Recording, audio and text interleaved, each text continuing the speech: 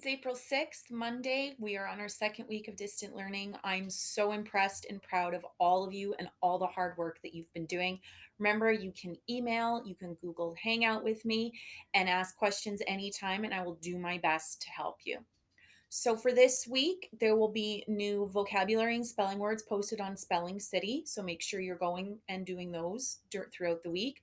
Prodigy is also a great way to keep up your learning for the week with our math.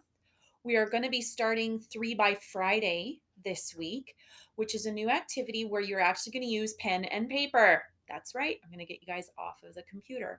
So at the beginning of the week, I'm going to post a tic-tac-toe writing prompt up on the classroom, and you will need to choose 3 of the items on there to write about throughout the week.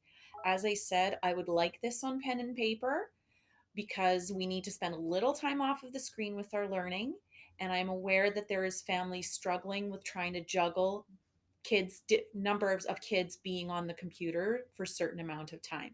So 3 by Friday is going to be handwritten, and I will be telling your parents when I'm going to collect that information.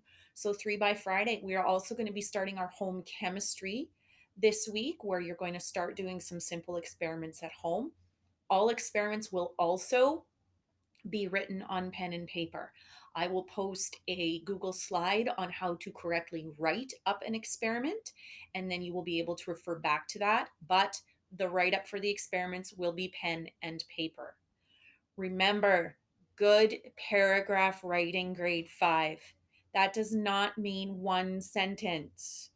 Use detail and tell me lots of information about what it is you are writing about.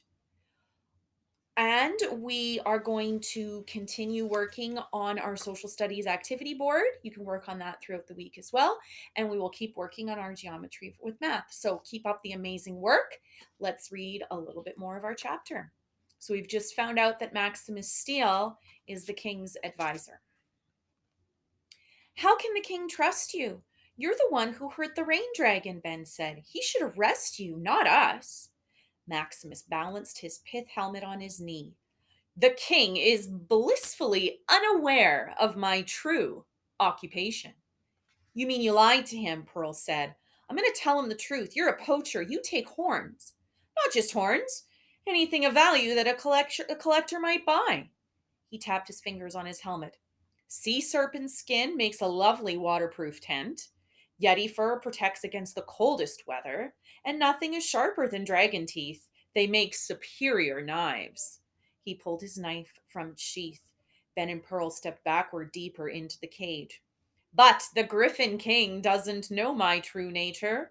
I told him that I am a dear friend of Emerald's, and I know a few riddles, so it was easy to earn his trust. But there's a wanted sign in the maze, Ben said, for a dangerous human poacher. I blamed the poaching on someone else, Maximus said. Who? His voice turned icy. There is someone else in this world, someone who has been trying to stop me. He stood and took a step toward the cage. I worked very hard to lure a unicorn foal, but a branch was jammed into my trap, ruining my plan. No footprints were left at the scene, so I have no proof who damaged the trap, but I have my suspicions. Ben glanced at Pearl's feet.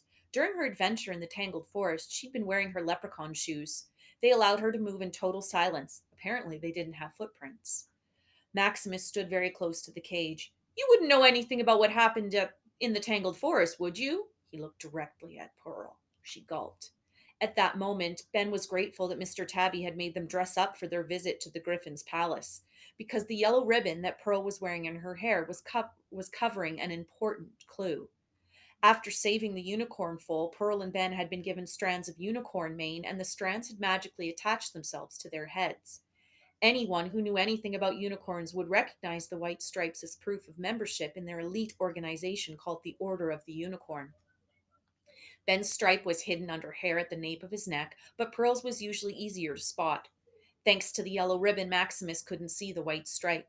He couldn't know for certain that Pearl had been awarded by the Unicorn King. We don't know what you're talking about, Ben lied. We've never been to the Tangled Forest. Dr. Wu sent us here because she's sick. Sick?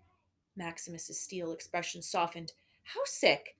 She has troll tonsillitis, Pearl said, and she won't get better without a griffin feather, Maximus interrupted. Of course! With his knife still clasped in his hand, he took a sudden angry swing at the lock. It split open and fell to the ground. Ben and Pearl stumbled backward until they were pressed up against the cage's back wall. Maximus yanked open the door. What was he going to do? And we'll find out tomorrow. All right. Have a good day, guys, and I will talk to y'all soon.